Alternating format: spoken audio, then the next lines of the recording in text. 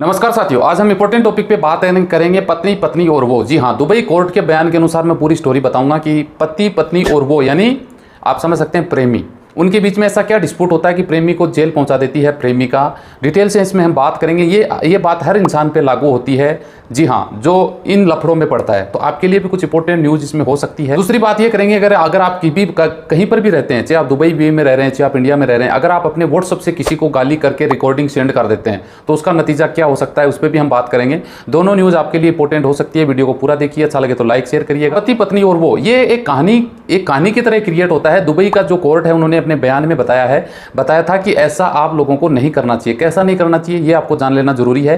देखिए, पति पत्नी में आपस में लड़ाई हो जाती है। रियल में केस फैक्ट हुआ था, मुकदमा दर्ज करवाया गया था, तो उसमें यह बयान निकल के आया है। पति पत्नी की आपस में लड़ाई झगड़ा हो जाता है, काफी समय से वो बोलचाल उनकी बंद हो जाती है। इतने में पत्नी की किसी दूसरे के साथ अफेयर निकल पड़ता है। जी हाँ, यानी दूसरे के साथ उनकी एक तरीके से मान लो अफेयर हो जाता है और आपस में 8 महीने तक उनका अफेयर चलता है किसी दूसरे पराये मर्द के साथ में। जी हाँ, और आपको पता 8 महीने तक अगर अफेयर चलता है तो फिर बहुत सारी ऊपर नीचे बातें होती हैं, एक दूसरे के साथ फोटो शेयर हो जाती हैं, एक दूसरे के मोबाइल में, जो एक आम आदमी कर ही लेता है। 8 महीने के बाद में पत्नी को रियलाइज होता है कि यार हम कुछ गलत कर रहे हैं, हमें हमारी शादी को हस्बैंड के साथ में एक मौका और मिलना चाहिए। हो सकता है हमारी शादी सुधर जाए, हम बच जाएं तो हम अपनी लाइफ में आराम से जी सके। वो ये बात अपने प्रेमी को बताती है। जब वो मिलती है उससे तो प्रेमी गुस्सा हो जाता है। प्रेमी की ये सोचती है कि भाई ये उनसे तलाक ले लें और मेरे से शादी कर लें। उसने मना कर दिया कि नहीं, अपना रिलेशन यही तक था, हम खत्म करेंगे और मैं मेरे पति के साथ रहना चाहूंगी और उसी के साथ जीवन गुजारना चाहूंगी। तो बोले भाई, प्रेमी हो गया नाराज हुआ तो उसने उसका मोबाइल छीन लिया। आपस में एक दूसरे की जो फोटो थी, निजी फोटो एक दूसरे के साथ वो शेयर करते थे या लेके रखी थी, वो फोटो उसका मोबाइल लिया और वो फोटो उसके हस्बैंड को फोटो सेंड कर दी, जो उनकी आपस की निजी तस्वीरें थी। अब वो फोटो निजी तस्वीरें शेयर अगर हस्बैंड को कर देते हैं तो आपको पता है फिर क्या होता है भाई, दिक्कत तो होने वाली है। तो उसकी प्रेमिका ने उसी प्रेमी के ऊपर कोर्ट में केस दायर कर दिया कि मेरी फोटो में, निजी फोटो में सोशल मीडिया पर इसने शेयर कर दी।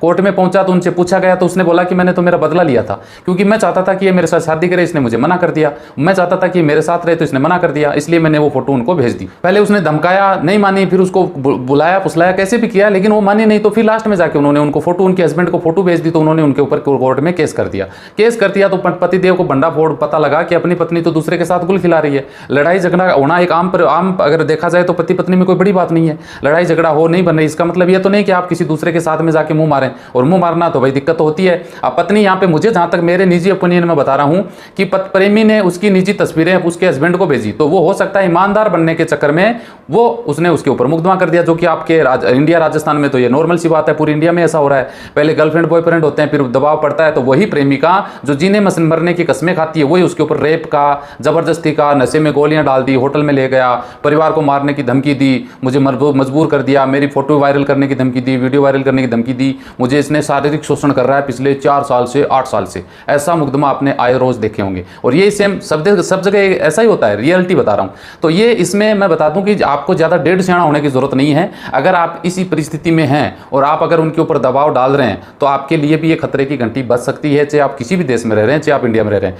जब तक चल रहा है, जब तक लगे कि अब कुछ गलत हो सकता है, अगर आपकी तरफ से कुछ गलत किया गया, उस मैटर को वहीं क्लोज कर दें तो आप फायदे में रहोगे, वरना कोर्ट कचहरी और वो तो तैयार है फिर। और बेइज्जती सबसे बड़ी है, समाज में बेइज्जती होना। तो बचिए, डेढ़ सियाना बनने की कोशिश ना करें। सेकंड नंबर पे बात कर लेते हैं कि दुबई में, वी में, कहीं पर भी आप काम कर रहे हैं या इंडिया में काम कर रहे हैं, आप कहीं पर भी मान लो काम कर रहे हैं, आपका सीनियर बॉस या आपका मालिक या XYZ कोई भी आपको वॉइस ऐसे फोन उठाता है और आपको गालियां बकने लग जाता है व्हाट्सएप पे और आपको सेंड कर देता है, तो बस बहुत है आपके लिए, वो सबूत आपके लिए बहुत है। उस वॉइस को लेकर आप मोबाइल जेब में रखें, नियर पुलिस स्टेशन में पहुंच जाओ, एक FIR दर्ज करवा दो उसके खिलाफ में। जी हाँ, ऐसा ही कोर्ट में एक केस आया था दुबई की कोर्ट में। उसने 50,000 दुबई दराम की मुआवजे की मांग की है कि इसने मेरी इज्जत को ठेस पहुंचाई है, मुझे छोटा महसूस करवाया इसने ये गाली देके, इसलिए मुझे मुआवजा मिलना चाहिए। कोर्ट ने भी उसका दावा स्वीकार किया। कोर्ट केस चला 15,000 दराम। जी हाँ, 15,000 दराम बंदे के ऊपर फाइन लगाया गया जिसने वॉइस रिकॉर्ड करके गाली उस वर्कर को भेजी थी।